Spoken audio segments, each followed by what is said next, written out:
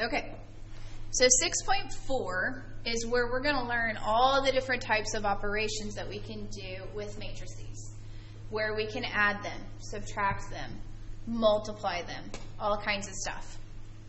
So before we can do any of our operations, though, we are going to have like some common terminology and ways to talk about our matrices.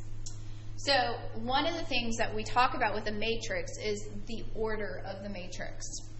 A matrix has an order of m by n, so m cross n, which means it has m rows and n columns. We always talk about matrices as rows by columns. So one way that you could think about that, oh yeah, it's down here later. I mentioned it on the example, but there's a brand of soda called RC Cola, like that's still in production sometimes. And just having something to connect to this, like RC Cola, row, column, is what you're going to do for orders. Matrices are always denoted with a capital letter, and the elements inside are related. So element Aij refers to an element that's in matrix A. Notice we use the lowercase version of whatever we denote our matrix to be, and is located in the ith row in the jth column. Yeah, I know, that sounds horrible. But what it is that the first number tells you which row you're in, and the second one tells you the column you're in.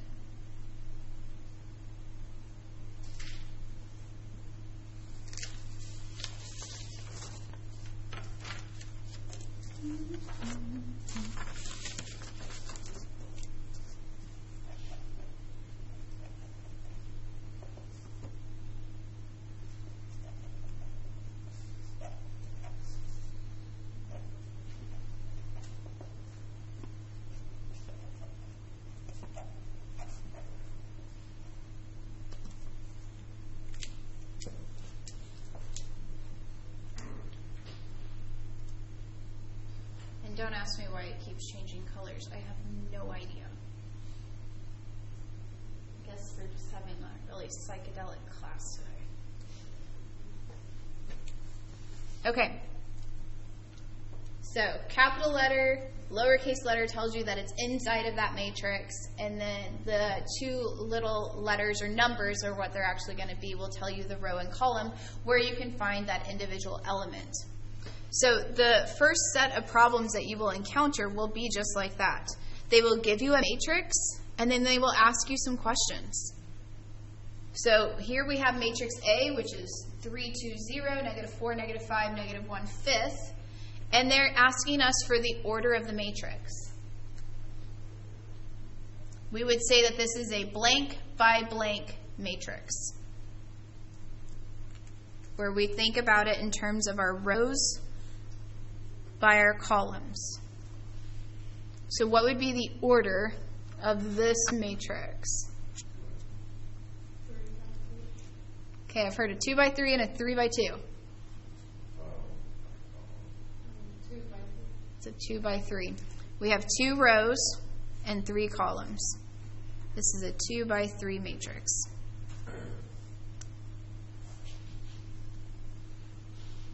Now, when we identify individual elements, remember it's row and column here as well.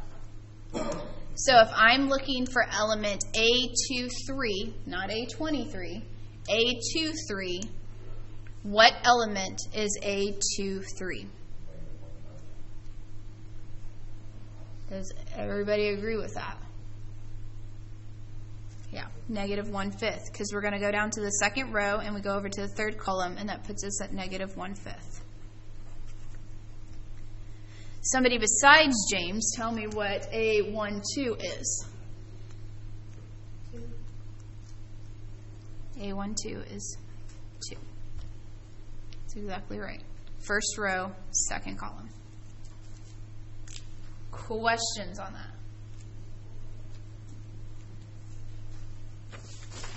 Okay. There's the answers, which you just said. Let me turn off the light and we'll have our psychedelic mode go into play. Matrix equality. Two matrices are equal if and only if they have the exact same order and all of their corresponding elements are equal. This is not a big important thing, it's just something to take note of. The only way two matrices are equal is if every element inside of them is in the exact same spot in each of them and they have the exact same order.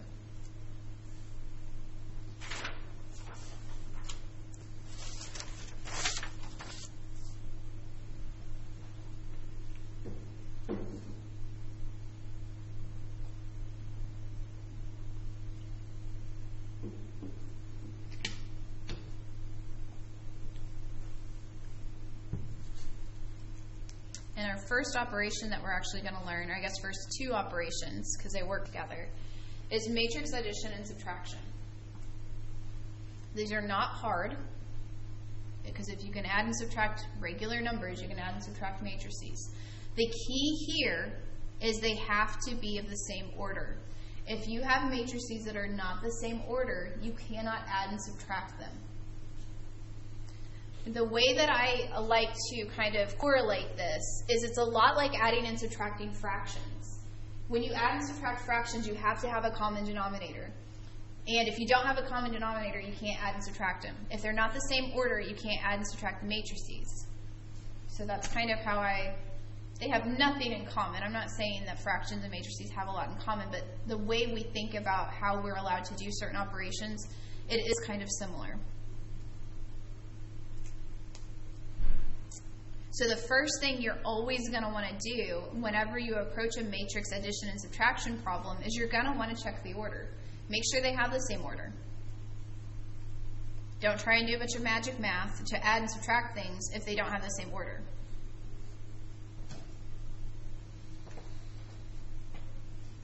Am I good to move it? Okay.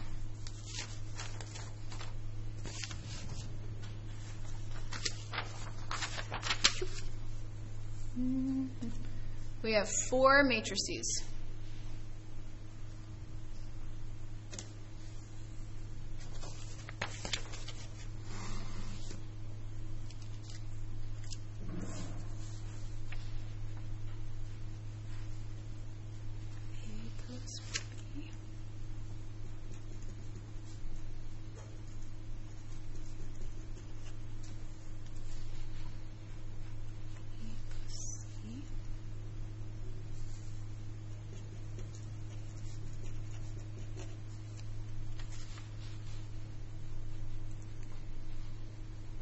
D, C minus D.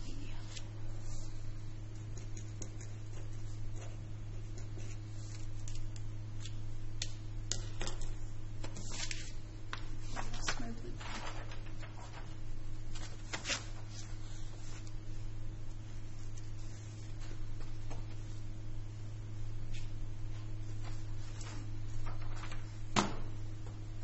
Found it. Okay, so we have these four matrices that we're looking at, okay? We got A, B, C, and D. The first thing we are being asked for is to find A plus B. We need to add matrix A to matrix B. So the first thing you want to check, is that even allowed? Are matrix A and B of the same order? Okay, we have one saying yes. What is the order of A? It's a 2 by 3. What's the order of B? 2 by 3. So yes, we can add these. So what we're going to do is we're going to take matrix A, which is 0, -2, 5, 6, 3, -8. Then we're going to add to that matrix B, -2, 7, 3, -9. 5, and 6. And when you add or subtract matrices, you are adding and subtracting their corresponding elements. So the element in spot 1, 1 is going to be added or subtracted to the element in spot 1, 1. What I mean by that is this upper left-hand one, which 1, 1, will be added to -2. So 0 plus -2 gives me -2. And I usually go down my columns. You could go across your rows, whatever works best for how you think. It doesn't matter. Just make sure that you're doing the same element from each matrix and you're adding them together. So -2 and 7 will give me a +5. The reason why I usually do columns is because then I can kind of ignore that first column and then I just move over. 5 plus 3 is 8. 6 plus a -9 is a -3. Done with that one. Then I get 8 again and -2. And there's my matrix of A plus B. This is why you have to have matrices that are the same order, because if they're not the same order, then you're not going to have elements in the exact same spots. Questions on that one? Okay, what about if I'm adding B plus C? That's the next one. Why? What is the order of B? And what's the order of C? 2 by 2, that's right.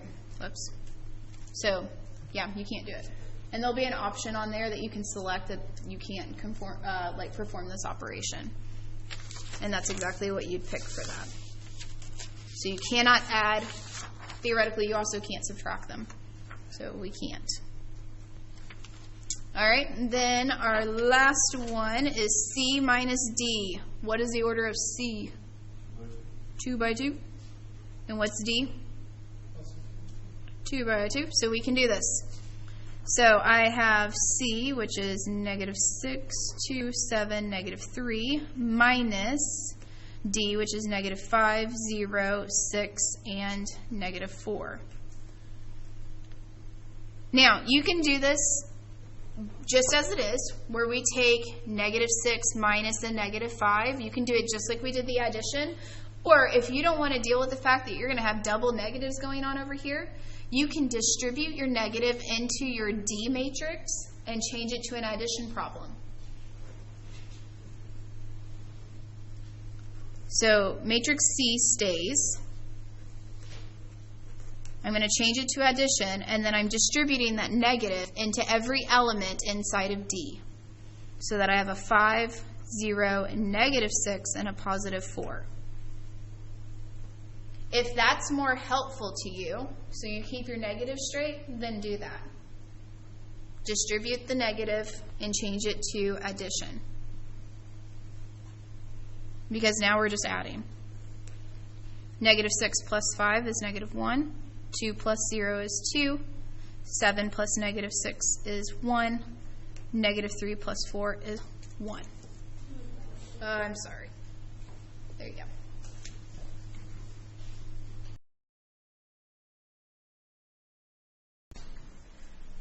Okay, so let's talk about the zero matrix. It's going to come as a shocker, but the zero matrix is a matrix full of all zeros. There's nothing else in it. It's all full of zeros.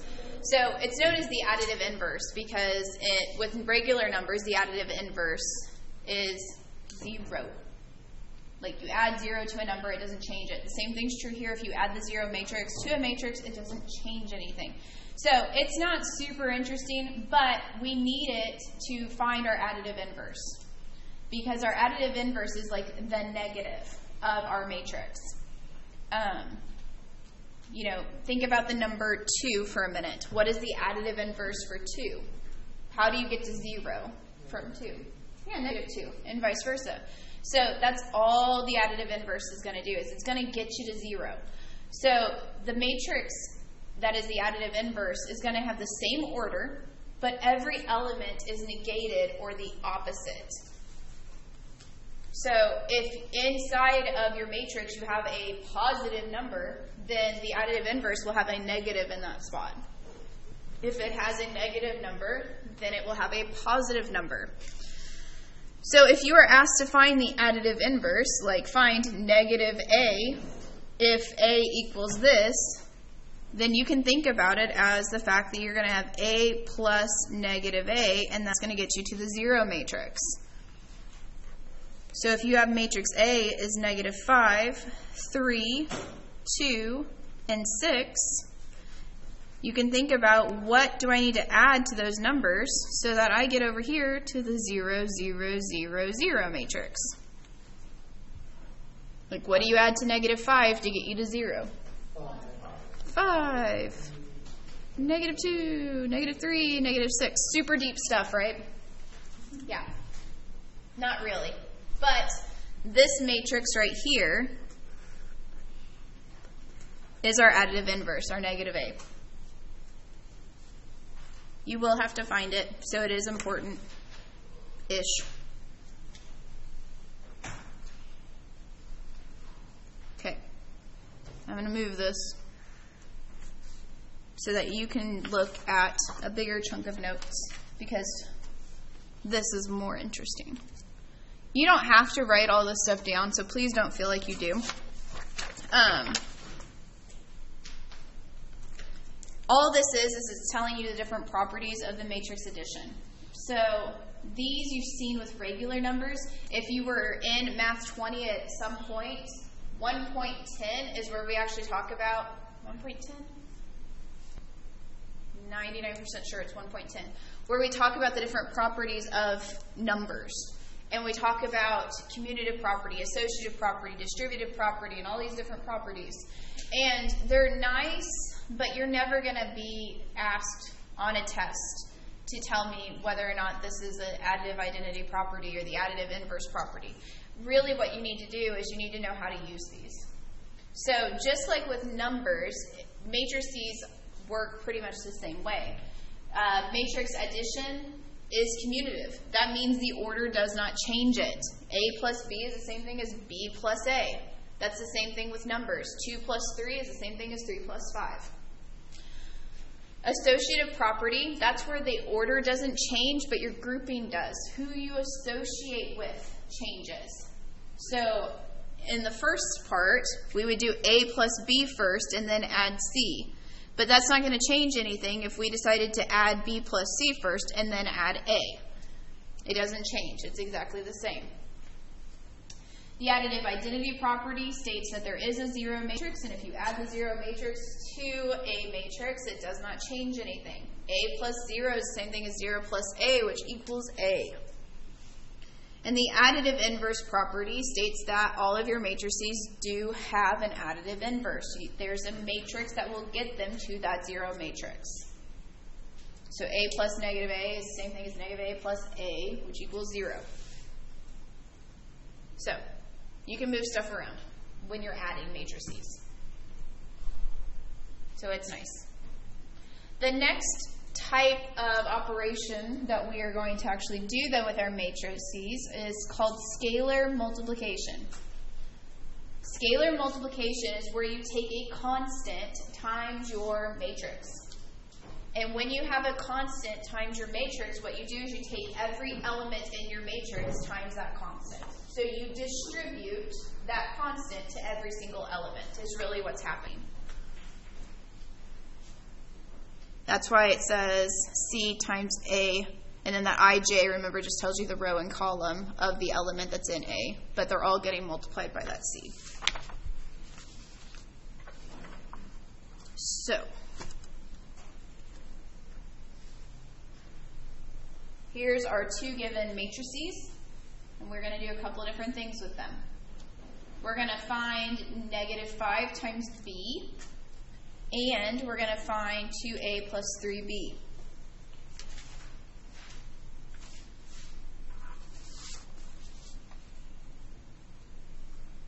So the first part is -5 times B. It's -5 times the matrix B, which is 2, 5, -3, -6. This is scalar multiplication. So what we're doing is actually, just think of it like a distributive property. You're taking that -5 times every single element inside of the matrix. So -5 times +2 will give you -10. -5 times +5 will give you -25, +15, and +30. Just a minute ago when we found the additive inverse, what we really did is we did scalar multiplication where we took -1 times every element inside of A, and that told us the additive inverse.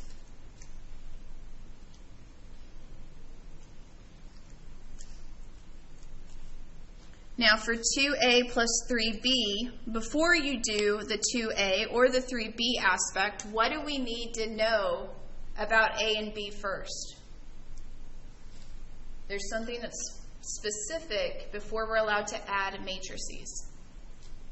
What do they have to have or be?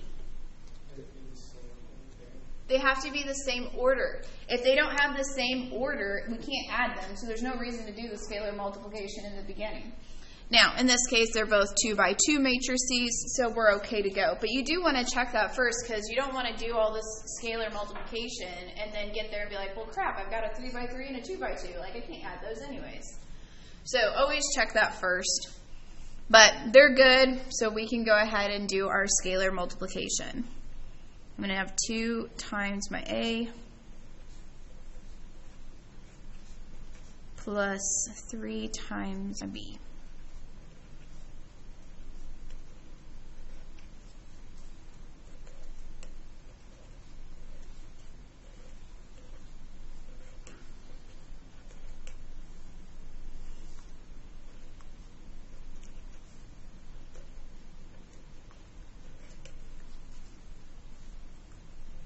And then remember, when you add, you're adding the corresponding elements in the corresponding spots.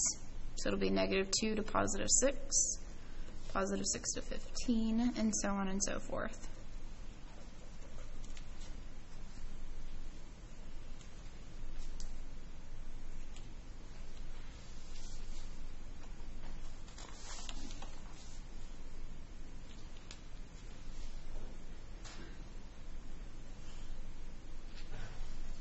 Questions on how the scalar multiplication works?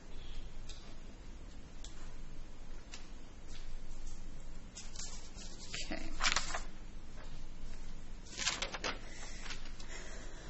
And then here's some properties of scalar multiplication. So we're assuming A and B are matrices of the same order, and then we have C and D as our given scalars. Then we have the associative property that holds, which means we could take C times D, so both of our scalars, and multiply them together and then apply them to our matrix. Or we could apply D and then we could apply C. Or we could apply C and then apply D. Either way, it's going to give you the same outcome if you do have double scalars going on. You do have a scalar identity property. This should come as no shock. If you multiply everything by 1, nothing changes. This is very similar to our additive identity that we just saw where we add 0. It doesn't change anything. You do have 2 different styles of the distributive property when it comes to using your scalars. If you have 2 matrices and you're adding them together, you could distribute the scalar first before you do your addition to where you have C times A plus C times B. Or you could have one matrix and you could have 2 scalars that are being added together, and you could distribute the matrix to your different scalars where you're taking C times A plus D times A. So those would work as well.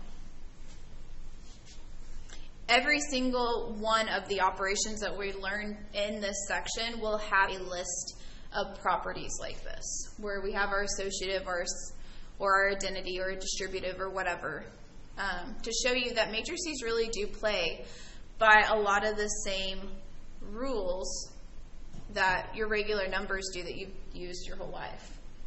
It's just a different format.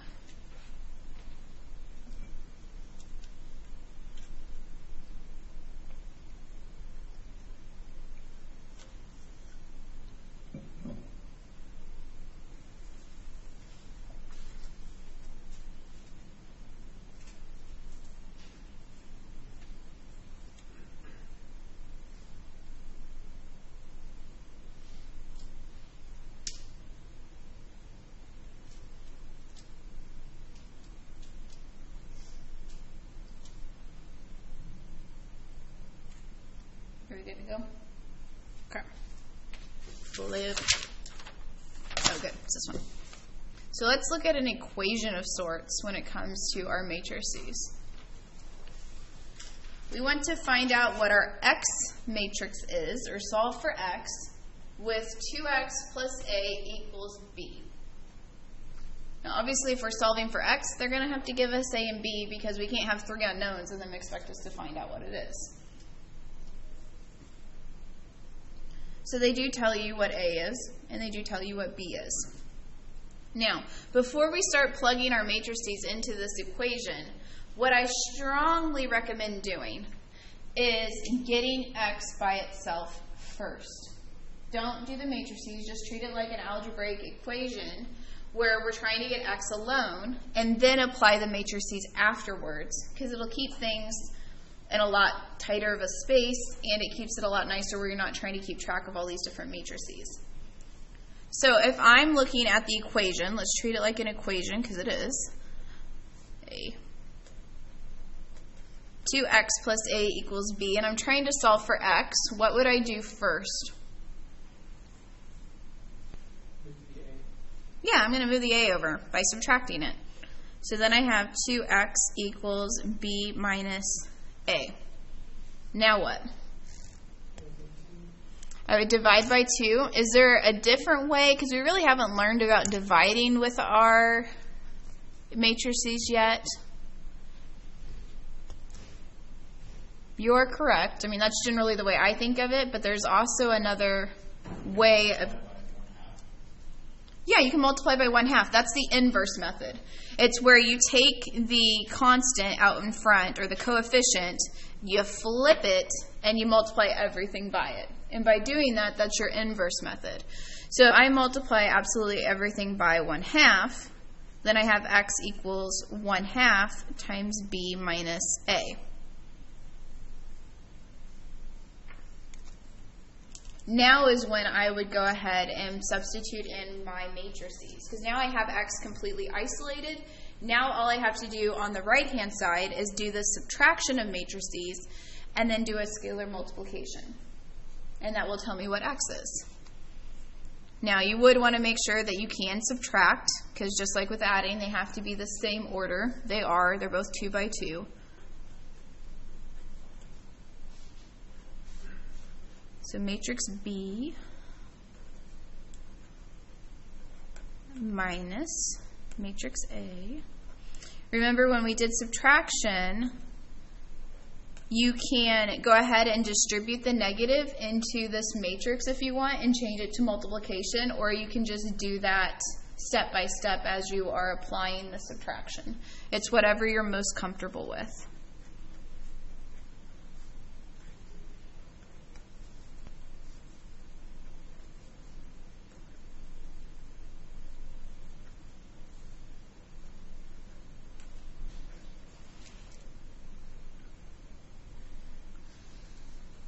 Multiply everything in that matrix by 1/2.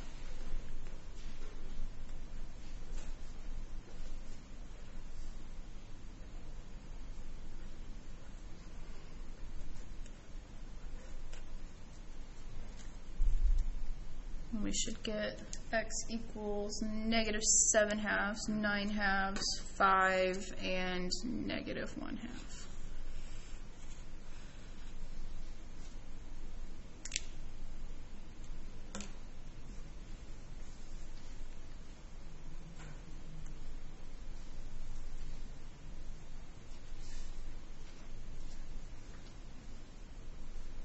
So if you are asked to solve an equation for like an X matrix, I always recommend doing all of the moving that you can first, as in get your variable by itself, then insert the matrices that they tell you, and then do the matrix operations that are indicated.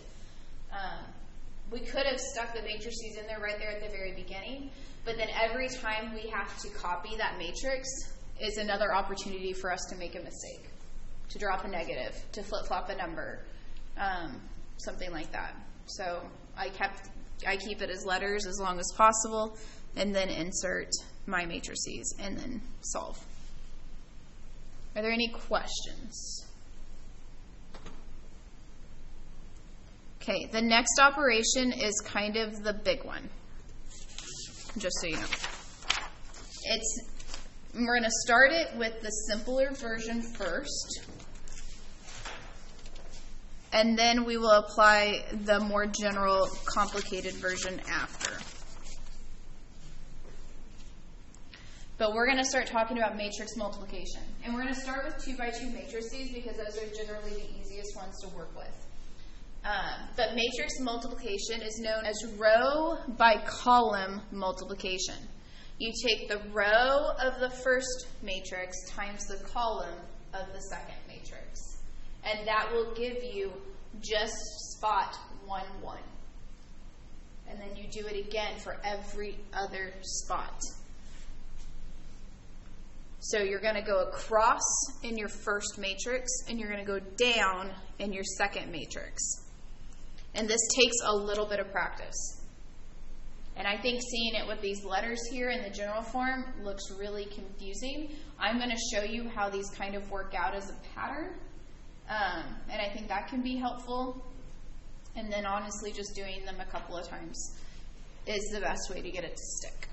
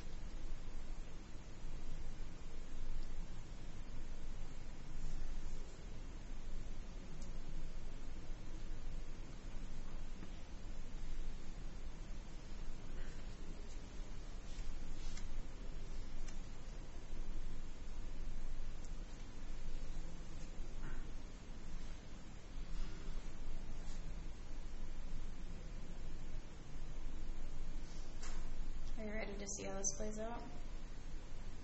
Okay.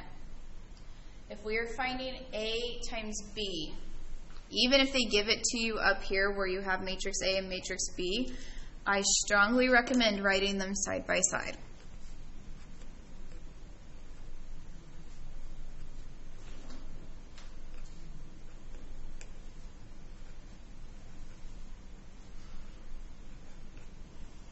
And then at least until we get more comfortable with what this actually looks like, I am going to write out the long version as we go through this so that you can kind of see the pattern that arises when we do row by column multiplication. So when we do row by column multiplication, think about what we're going to end up with. We have a 2 by 2, which means we're going to end up with a 2 by 2. So we have 4 different numbers we're going to end up with. And each of these numbers has a row indicator and a column indicator. So like the element up here in this top left-hand corner is in row 1, column 1, right? So in order to get that number in our product matrix here, in our AB matrix, what we're going to do is we're going to take row 1 of our first matrix by column 1 in our second matrix. So I'm going to move over and down at the exact same time. So here's what's going to happen. I'm going to take 2 times 0, and then I'm going to shift to the right, and I'm going to shift down. And I'm going to add to that 3 times 5. So I shifted over in my row and down in my column. And that is all going to give me just spot 1, 1. And I have to do this for every single spot. So I'm going to come down here and do spot 2, 1. Row 2, column 1.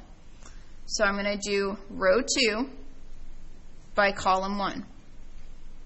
So that'll be 4 times 0 then I shift over, and I shift down. Plus 7 times 5. The reason why I do spot 1, 1 and then spot 2, 1 first is because I've just dealt with this whole first column and I don't have to worry about it anymore. I'm done with it. It's dead to me. I don't need it anymore. So now I'm going to come over here and I'm going to get spot 1, 2, which means I do row 1 by column 2. So I'm going to take 2 times 1, then I shift over and I shift down. Plus 3 times 6. Then to get spot 2, 2, I'm going to do row 2 by column 2. 4 times 1 plus 7 times 6. I promise the more you do these, you won't have to do this middle step anymore. But here's what I want you to kind of see that happens here. If you write the long version, the numbers outside of your parentheses are the rows in the first column. We have 2 plus 3, 2 and 3. That's row 1 in the first one. Everything in your parentheses are the different columns. The zeros line up, the 5s line up, the 1s line up, the 6s line up, because this is column 1, 0, 5, and this is column 2, 1, 6. So sometimes that helps people visualize what's happening. For me, the dragging of the finger from going left and going down at the same time and then finishing my columns in my second matrix has always been the most helpful, because then I can completely forget about a whole row or a whole column of numbers. And that makes it a little bit easier for me. Okay, let's finish. We're not done, because now we actually have to do the math. 0 plus 15 is 15, 35, 2 plus 18 is 20, 4 plus 42 is 46. Is that right? Yes.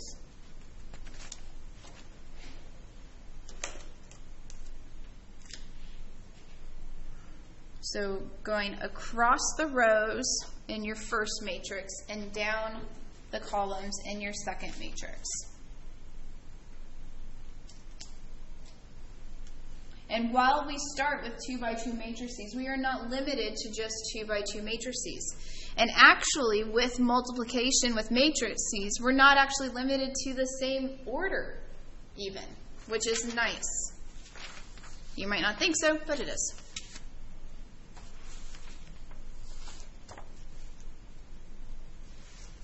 When you do matrix multiplication, you can determine if you are allowed to do matrix multiplication by looking at the order of the 2 matrices. Now, when we had 2 by 2, everything was 2 and 2 and 2 and 2 and 2, so it all worked. But let's pretend like we have 2 different matrices that do not have the same order. We have matrix A, which is m times n, and matrix B, that's n times p. Notice the column, because it's row by column, the column of our first matrix and the row of our second matrix have the same number. If those are the same, you can do matrix multiplication. If these are not the same, you cannot do it. Plain and simple. Can't happen. Doesn't work. If they are the same, what's even cooler is that the remaining numbers, that m by p, so the row of the first times the column of the second, is actually the order of the new resultant product matrix of AB. So anytime you are asked to do matrix multiplication, the first step will always be to look at the order and determine if you're even allowed to do it. The reason why we don't really look at this in terms of a 2 by 2 times a 2 by 2 is because all of our numbers are 2, which means we have a 2 by 2 and a 2 by 2, so these two are the same, which means our resultant matrix was a 2 by 2. Not super interesting, but that's why we start there, because it gets more interesting when the orders are not the same, as we are going to see.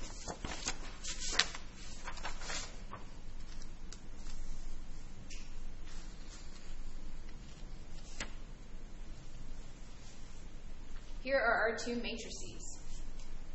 We have matrix A, which is 1, 2, 3, and matrix B, which is floor 5, 6.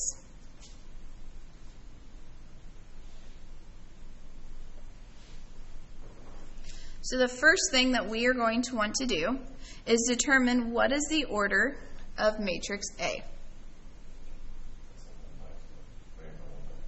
Yeah, this is a 1 by 3. Remember, row by column. So there's one row, but there's 3 columns.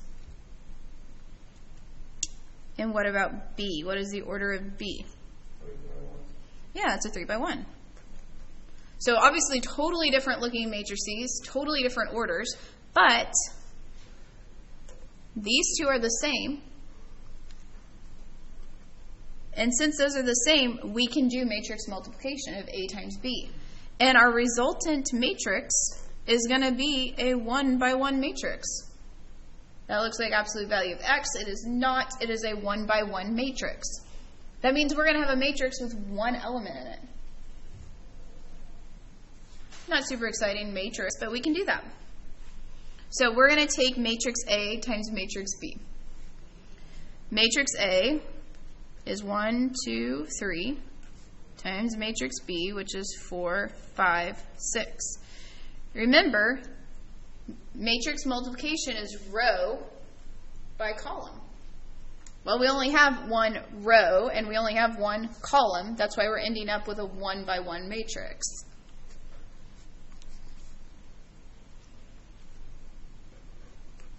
We're going to take 1 times 4. And then we shift over and we shift down. Plus 2 times 5. Shift over, shift down. Plus 3 times 6. We have 4 plus 10 plus 18. 32.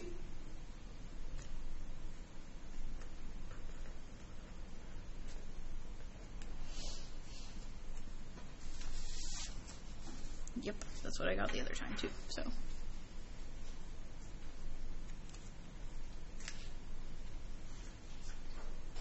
that's a really unique matrix. Matrix of number 32, 1 by 1. Now, with addition, when we add two numbers together, the order didn't matter. And when we think about numbers, if I take 2 times 3, I get the same thing if I take 3 times 2. But with matrices, we're going to see that doesn't actually work. Because here's what happens. If I have B times A, well, we still have to do this process. Because matrix multiplication might work one direction and it might not work the other. You might be able to take A times B and you might not be able to take B times A. It depends on how the rows and columns lay out. Here we have B, which was a 3 by 1, you told me, and we have A, which is a 1 by 3. Okay, so this one is going to work because these are the same. But look what happens. Our resultant BA is going to have an order of a 3 by 3.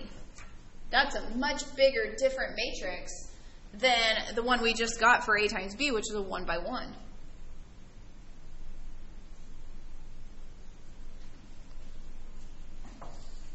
Sliding up. I'm going to copy down those matrices. Because if we're taking B times A, then we have 4, 5, 6 times 1, 2, 3.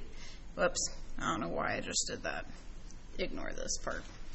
But if we're taking row by column, well, each one of my elements in B is in its own row.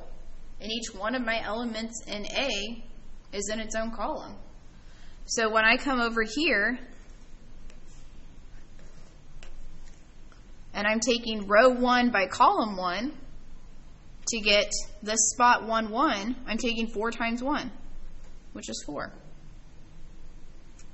Then if I find the spot 2, 1, I'm taking row 2 times column 1, which is 5.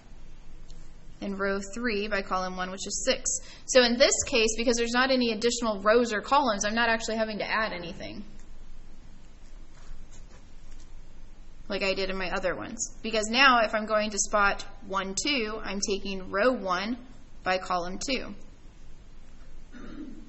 Row 2 by column 2, and so on and so forth. That's a 12.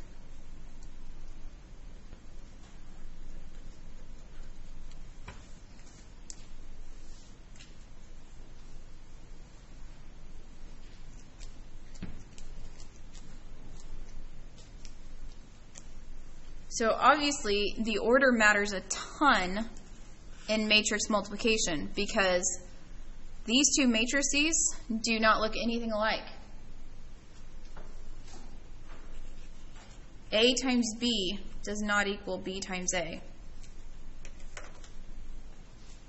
So that is something that is very different between thinking about regular numbers and thinking about matrices.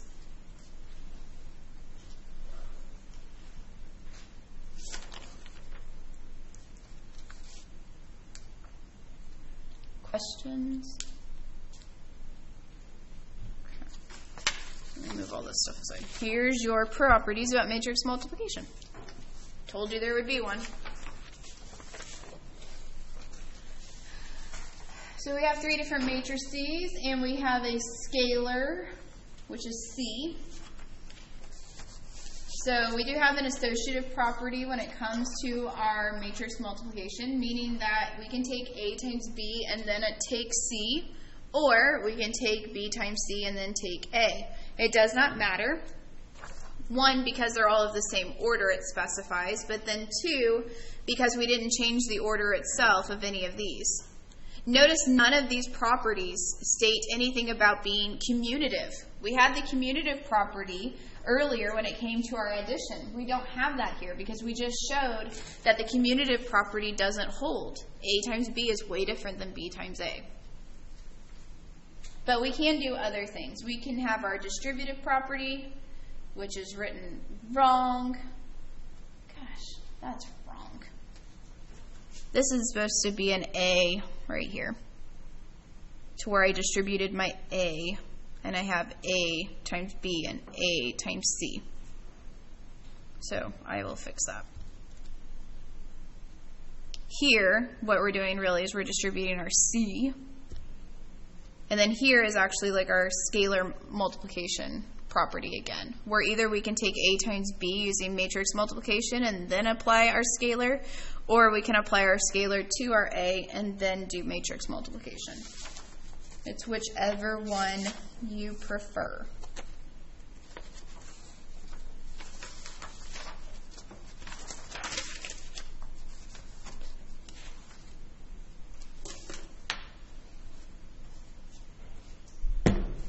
So big thing with matrix multiplication, row by column, always check your orders.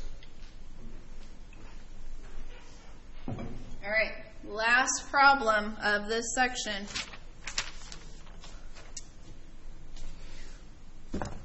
Look at this old-fashioned thing. It's called a book. This is a book made of trees. You can also find it digitally on Pearson.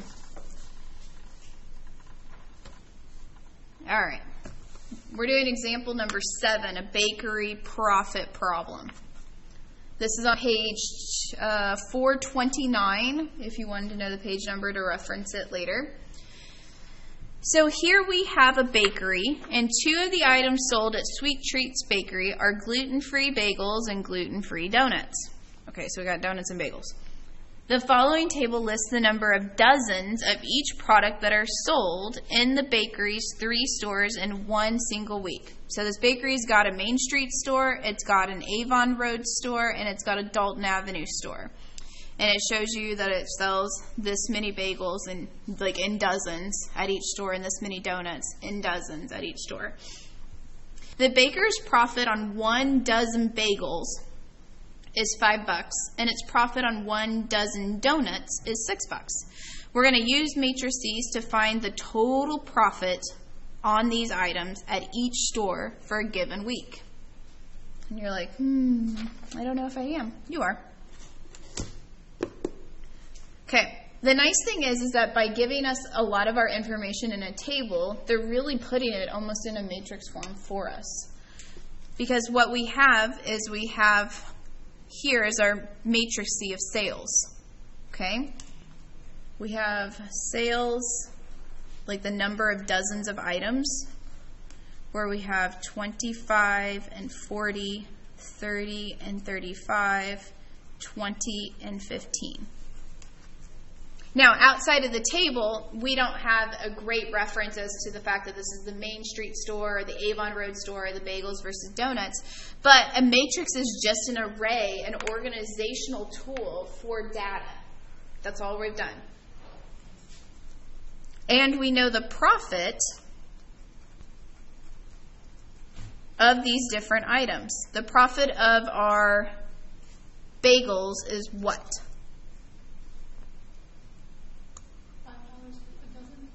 Yeah, $5 a dozen, and $6 for our donuts. So we want to figure out how much profit each store is making. So we're going to take our profit times our sales. That's how you do it in business. Profit times sales. If you have no sales, you ain't going to have any profit. So if we do profit times sales, what is the order of our profit matrix?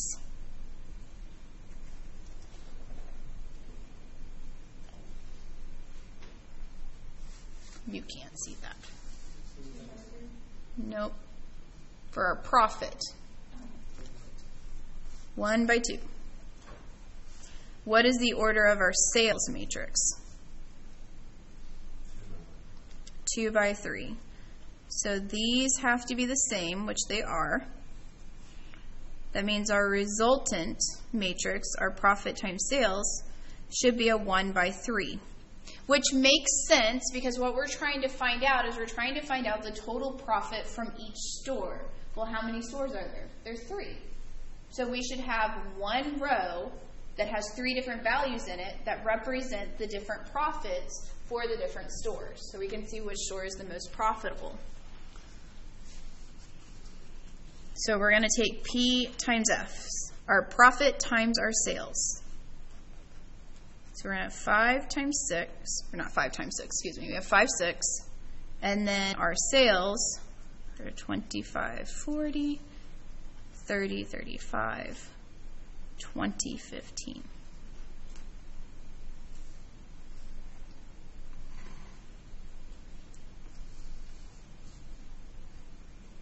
The nice thing is that our profit is just one single row. We're just going to apply it multiple times. So I will do the long version because we're going to do row by column. So we're going to do 5 times 25, shift over, shift down, plus 6 times 40. There's spot 1, 1.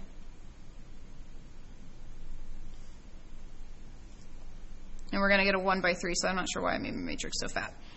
So we're done with that first column. Then we do 5 times 30 plus 6 times 35 because we shift over, shift down. Am I still on the screen? Yep, I'm still on the screen. Then we do 5 times 20, shift over, shift down, plus 6 times 15.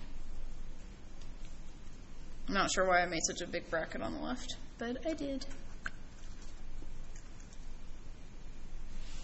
Because what we just did is we took the fact that the profit on bagels is $5 times the amount of bagels that store sells. And we're adding to that the profit that the donuts make times the number of dozens of donuts that they sell. And we did that for each of our bakeries.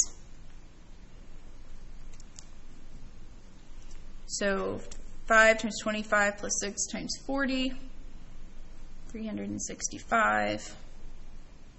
Yes, I used a calculator.